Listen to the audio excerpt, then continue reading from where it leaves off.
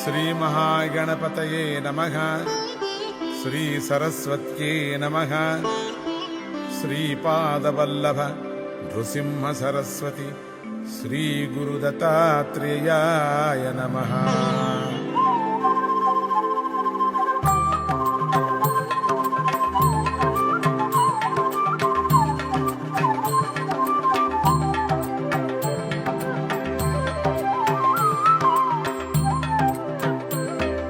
शुक्लांबरधरं विष्णुं शशिवर्णं चतुर्भुजं प्रसन्नवदनं ध्यायेत् सर्वविघ्नोपशान्तये।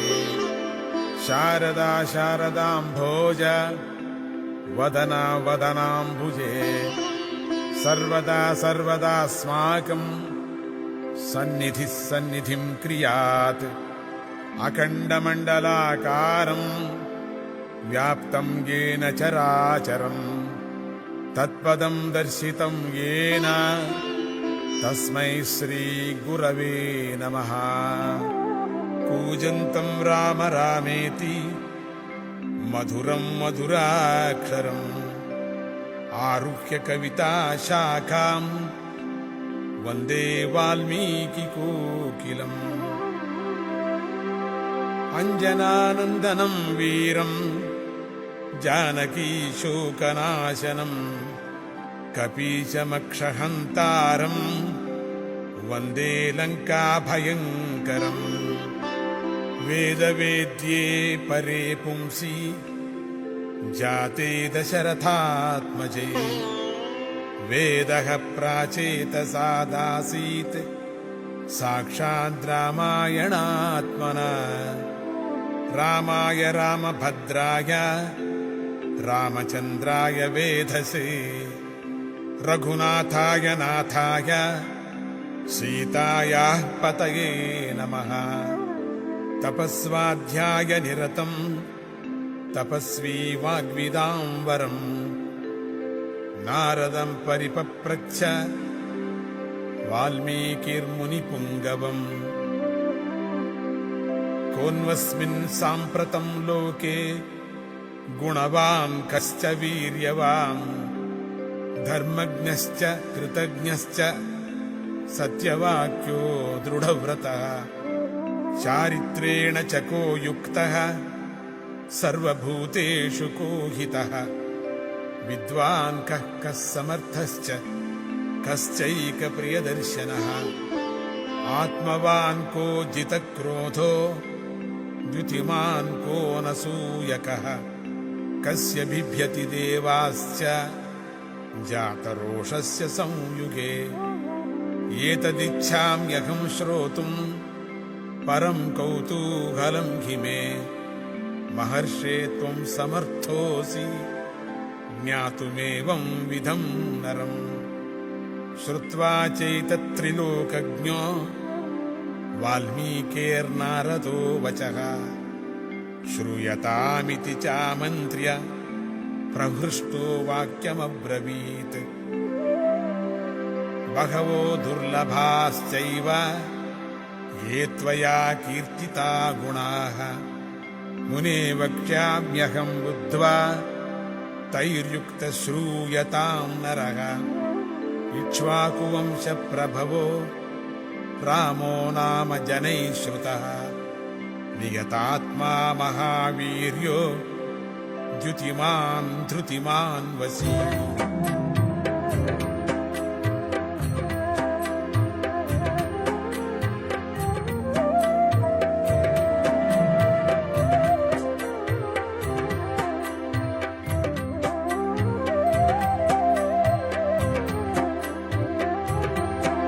बुद्धिमान् नीतिमान् वाग्मी श्रीमान् शत्रुनिवर्हणः।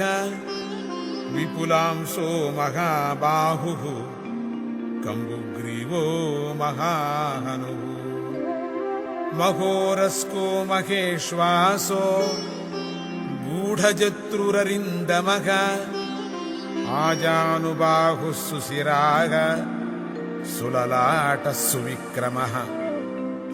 समविभक्ताङ्गः स्निग्धवर्णः प्रतापवान् पीनवक्षा विशालाक्षो लक्ष्मीवान् शुभलक्षणः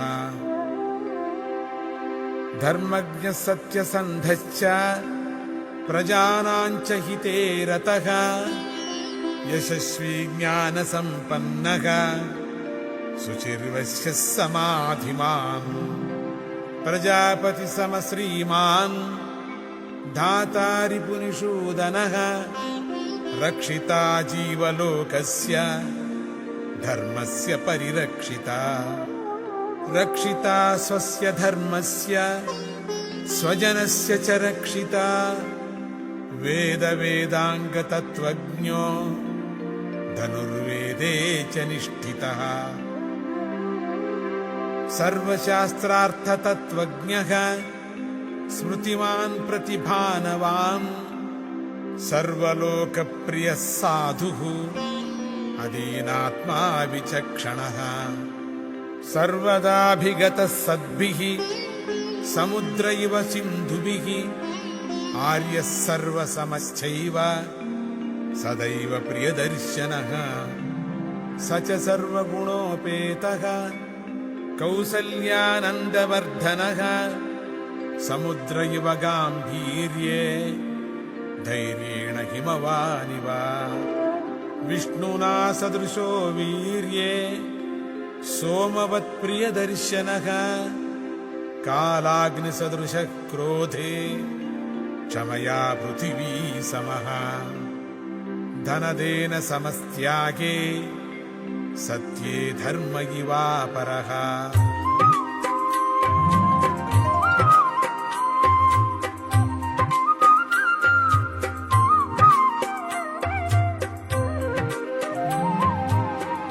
तमेवं गुणसम्पन्नं रामं सत्यपराक्रमं ज्येष्ठं श्रेष्ठगुणैर्युक्तं प्रियं दशरथसुतं प्रकृतीनां हितैर्युक्तं प्रकृतिप्रियकाम्यया यौवराज्येन संयोक्तुम् ऐच्छत्प्रीत्या महीपतिः तस्याभिषेकसम्भारान् दृष्ट्वा भार्याथ कैकेयी पूर्वं दत्तवरा देवी वरमेन मयाचत विवासनं च रामस्य भरतस्याभिषेचनम् ससत्यवचनाच्चैव धर्मपाशेन संयतः विवासयामास सुतं रामं दशरथः प्रियम्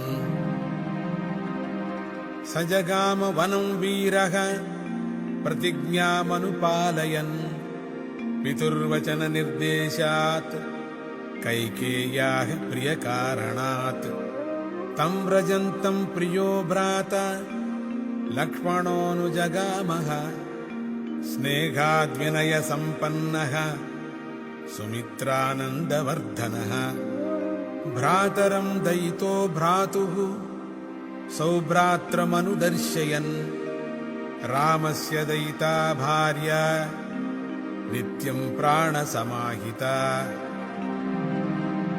जनकस्य कुले जाता देवमायेव निर्मिता सर्वलक्षणसम्पन्ना नारीणामुत्तमा वधूः सीताप्यनुगता रामम् शशिनं रोहिणी यथा पौरैरनुगतो दूरं पित्रा दशरथेन च शृङ्गिबेरपुरे सूतं गङ्गाकूले व्यसर्जयत् गुहमासाद्य धर्मात्मा निषादाधिपतिं प्रियम् गुहेन सहितो रामो लक्ष्मणेन च सीतया ते वनेन वनं गत्वा नदीस्तीर्त्वा बहूदकाः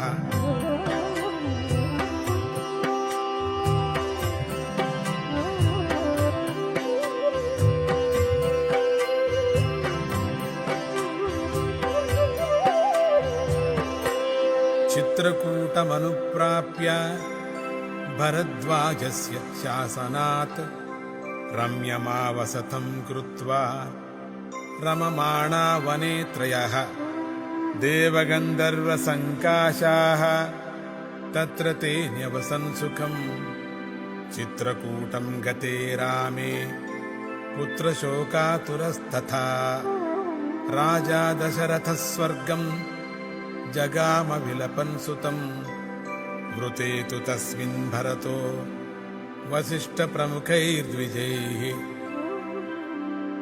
नियुज्यमानो राज्याय नैत्यद्राज्यं महाबलः स जगाम वनं वीरो रामपादप्रसादकः गत्वा तु सुमहात्मानं रामं सत्यपराक्रमम् अयाचद्भ्रातरं रामम् आर्यभावपुरस्कृतः त्वमेव राजा धर्मज्ञः इति रामं वचोब्रवीत् रामोऽपि परमोदारः सुमुखः सुमहायशः न चैच्छत्पितुरादेशात् राज्यं रामो महाबलः पादुके चास्य राज्याय न्यासं दत्त्वा पुनः पुनः निवर्तयामास ततो भरतं भरताग्रजः सकाममनवाप्यैव रामपादा उपस्पृशन् नन्दिग्रामे करोद्राज्यं रामागमनकाङ्क्षया गते तु भरते श्रीमान् सत्यसन्धो जितेन्द्रियः रामस्तु पुनरालक्ष्य नगरस्य जनस्य च तत्रागमनमेकाग्रो दण्डकान् प्रविवेशः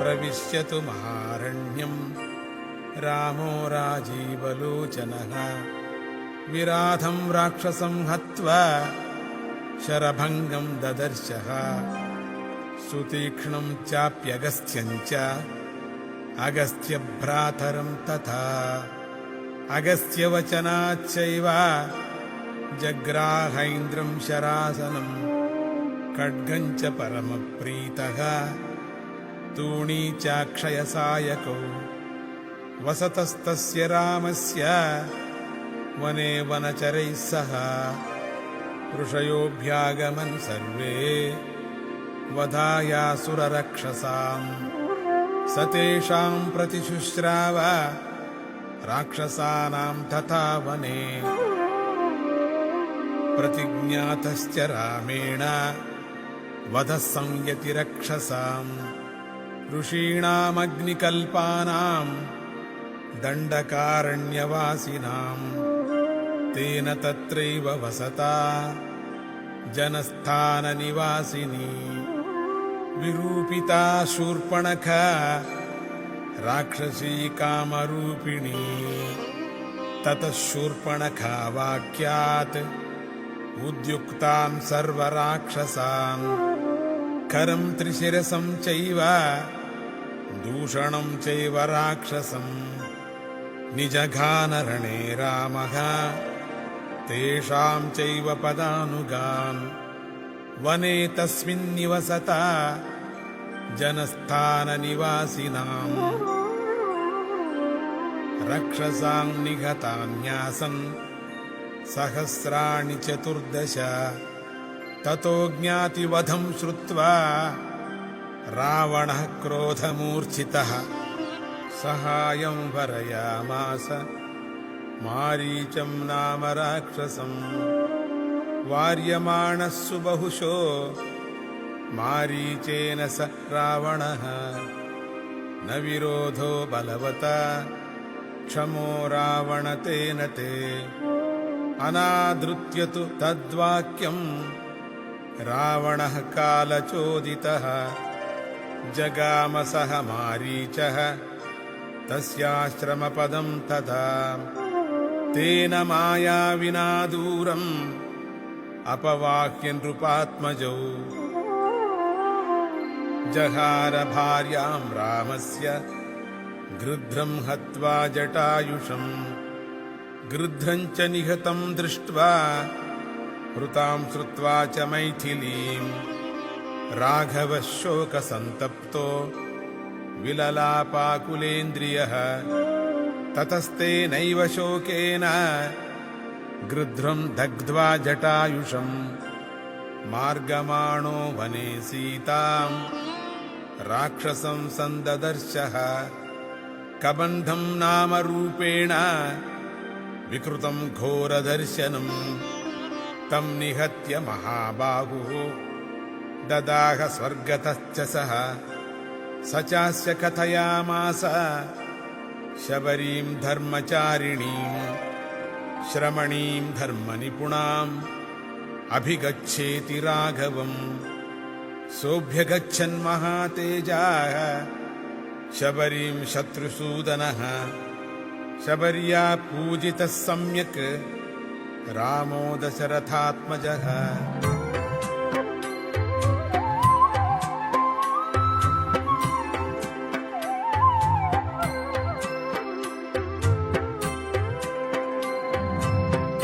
पंपातीरे हनुमता संगतो वानरेणः हनुमद्वचनाच्चैव सुग्रीवेण समागतः सुग्रीवाय च तत्सर्वं संसद्रामो महाबलः आदितस्तद्यथा वृत्तं सीतायाश्च विशेषतः सुग्रीवश्चापि तत्सर्वं श्रुत्वा रामस्य वानरः चकार सख्यं रामेण प्रीतश्चैवाग्निसाक्षिकम्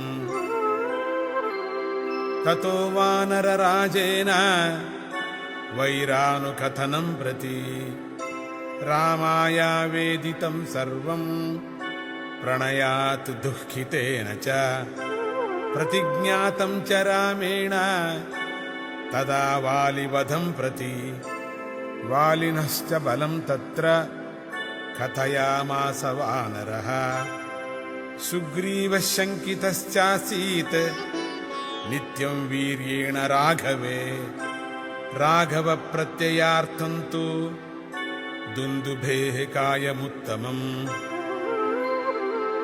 दर्शयामास सुग्रीवो महापर्वतसन्निभम् उत्स्मयित्वा महाबाहुः प्रेक्ष्य चास्ति महाबलः पादाङ्गुष्ठेन चिक्षेप सम्पूर्णं दशयोजनम् बिभेद च पुनः सालान् सप्तैकेन महेशुना गिरिं रसातलं चैव जनयन् प्रत्ययं तदा ततः प्रीतमनास्तेन विश्वस्तः स महाकपिः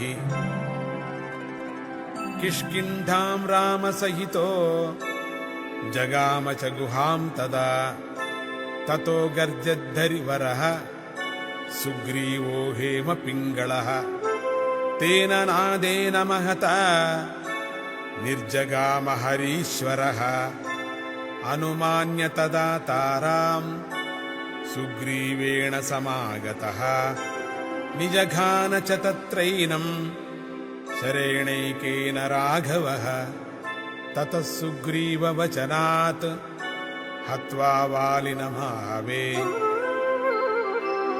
सुग्रीवमेव तद्राज्ये राघवः प्रत्यपादयत् स च सर्वान् समानीय वानरान् वानरर्षभः दिशः प्रस्थापयामास दिदृक्षुर्जनकात्मजाम्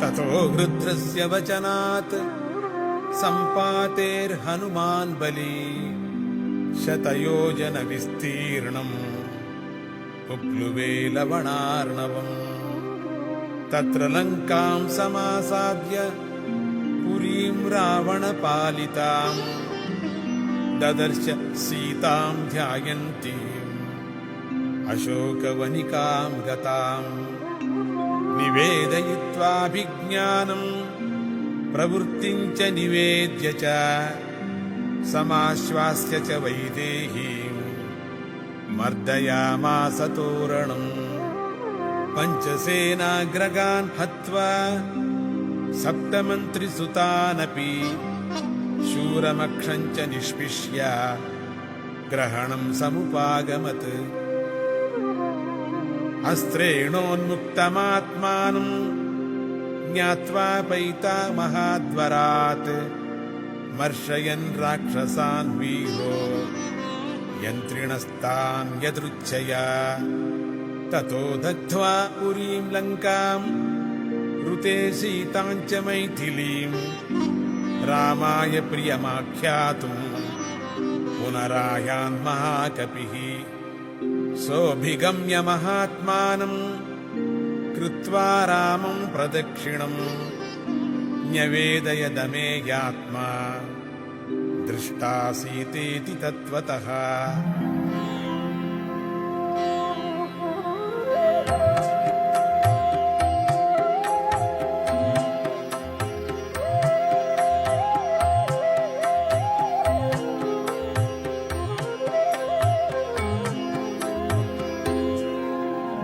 ततः सुग्रीवसहितो गत्वा तीरं महोदधेः समुद्रं क्षोभयामास शरैरादित्यसन्निभैः दर्शयामास चात्मानं समुद्रः सरितां पतिः समुद्रवचनाच्छैव नलं सेतुमकारयत् तेन गत्वा पुरीं लङ्कां हत्वा रावणमाहवे रामः सीतामनुप्राप्य परां व्रीडामुपागमत् तामुवाच ततो रामः परुषं जनसंसदि अमृष्यमाणा सा सीता विवेश ज्वलनं सती ततोऽग्निवचनात् सीतां ज्ञात्वा विगतकल्मषां बभौ राम सम्प्रहृष्टः पूजितः सर्वदैवतैः कर्मणा तेन महता त्रैलोक्यं सचराचरं सदेवर्षिगणं तुष्टं राघवस्य महात्मनः अभिषिच्य च लङ्कायां राक्षसेन्द्रं विभीषणम् कृतकृत्यस्तदा रामो विज्वरः प्रमुमोदः देवताभ्यो वरं प्राप्य समुत्थाप्य च वानरान् अयोध्यां प्रस्थितो रामः पुष्पकेण सौहृद्वृतः भरद्वाजाश्रमं गत्वा रामः सत्यपराक्रमः भरतस्यान्तिकं रामो हनुमन्तं व्यसर्जयत् पुनराख्यायिकां जल्पन् सुग्रीवसहितस्य सह पुष्पकं तत्समारुह्य नन्दिग्रामं ययौ तदा नन्दिग्रामे जटा हित्वा भ्रातृभिः सहितो नघः रामः सीतामनुप्राप्य राज्यं पुनरवाप्तवान् प्रहृष्टो मुदितो लोकः तुष्टः पुष्टः सुधार्मिकः निरामयो ह्यरोगश्च दुर्भिक्षभयवर्जितः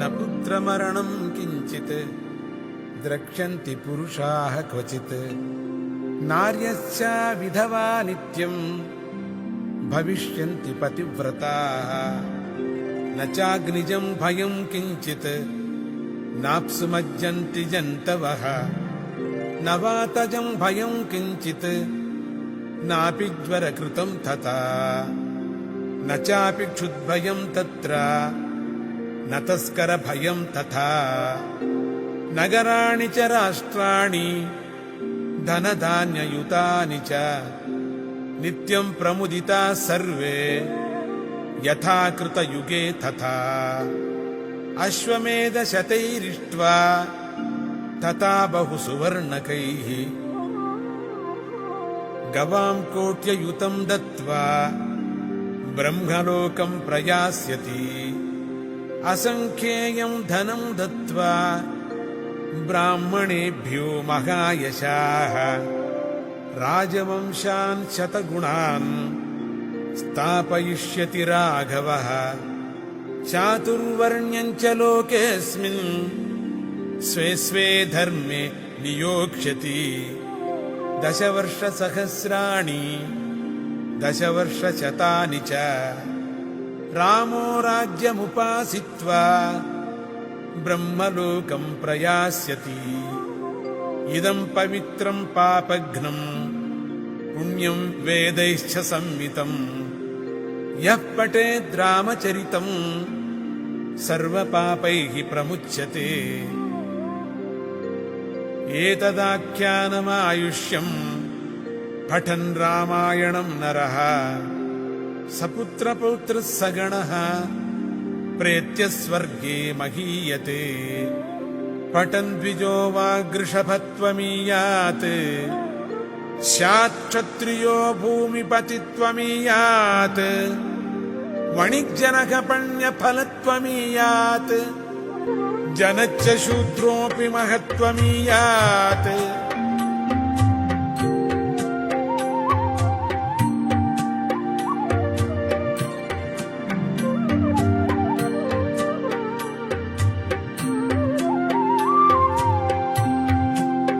इत्यार्षे श्रीमद् रामायणे आदिकाव्ये संक्षेपो नाम प्रथमः सर्गः इति श्री शतश्लोकी रामायणं समाप्तम्।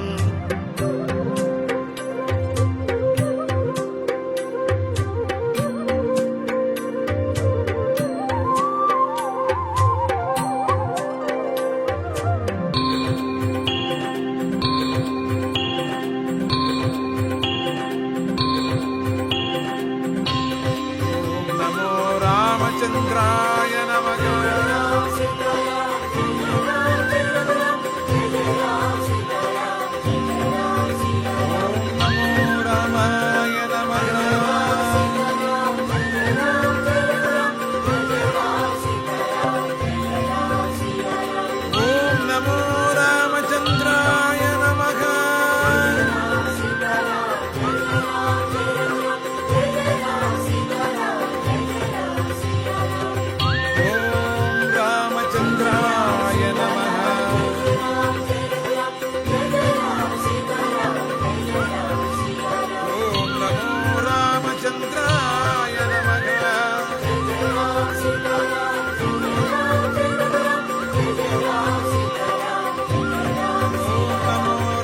भद्राय नमः। ओम नमो रामचंद्राय नमः। ओम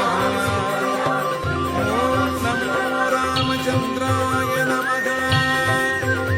ओम नमो रामभद्राय नमः।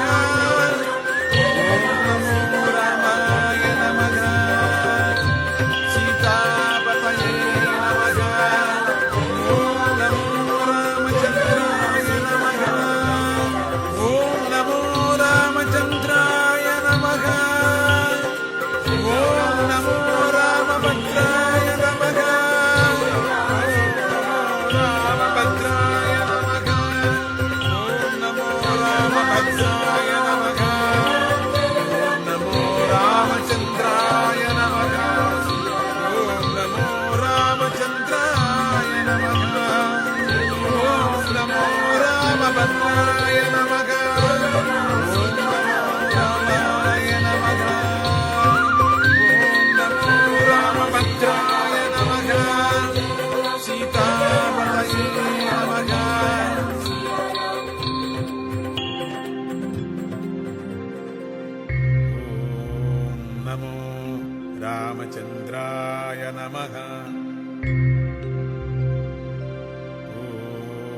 नमो रामचन्द्राय नमः। ॐ नमो रामचन्द्राय नमः।